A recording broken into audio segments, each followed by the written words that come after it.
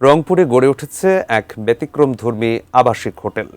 হোটেলটি মানুষের জন্য নয়, গরুর জন্য, যেখানে রয়েছে অল্প খরচে নিরাপদে গরু রাখার ব্যবস্থা। রংপুর সহ আশপাশের জেলার হাটগুলো থেকে ব্যবসায়ীরা গরু কিনে দেশের বিভিন্ন জেলায় যাওয়ার সময় এখানে নিশ্চিন্তে রাত কাটান। রংপুর থেকে মনিরুজ্জামানের ছবি এবং প্রতিনিধি শাহরিয়ার মিমের পাঠানো তথ্যে বিস্তারিত থাকছে ডেস্ক রিপোর্টে।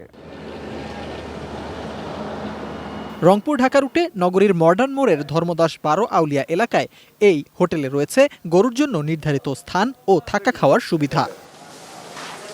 নিরাপত্তার কথা চিন্তা করে দিনের আলোয় গরু নিয়ে দেশের বিভিন্ন প্রান্তে যান ব্যবসায়ীরা। আসানুরের এই হোটেলে অল্প খরচে নিরাপদে গরুর পাশাপাশি নিজেদেরও আবাসিক সুবিধা থাকায় রাতে এখানেই থাকছেন তারা। ২-৩ দিনে গরু মিলাই এক গাড়ি মিলাই আমরা এখানে গরু রাখি, রাখার পর এখানে আমরা আমরাও রেস্ট করি, গরুকে খাওয়াই।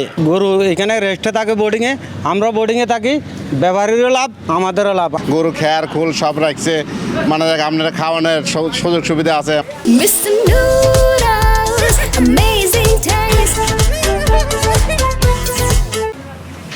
হোটেলের সার্বক্ষণিক পরিষ্কার পরিচ্ছন্নতার জন্য রয়েছেন ৬ জন কর্মচারী, যারা এই হোটেলেই বিক্রি করেন গরুর খড়, ভুসি সহ অন্যান্য গোখাদ্য। মানুষের যেমন আবাসিক হোটেল থাকে সেরকম একটা গরুর একটা আবাসিক হোটেল।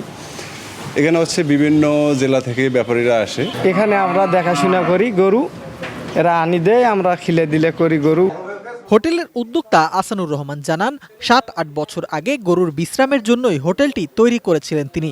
আবাসিক হোটেল হওয়াতে রোদ ঝড় বৃষ্টিতে গরুর ক্ষতি হওয়ার আশঙ্কা কমার পাশাপাশি কমেছে ব্যবসায়ী ও ব্যাপারীদের ভোগান্তি। আগে যখন বাবা ব্যবসা করতো এরকম আমাদের শেড ছিল না, তখন রাস্তায় ছিল, রাস্তার ধারে হাটে কিংবা বাজারে গরু রাখতাম, তখন রোদ কিংবা বৃষ্টিতে গরুর আমাদের ক্ষয়ক্ষতি হতো এবং গরু রাস্তায় যেত, তখন মারা যেত।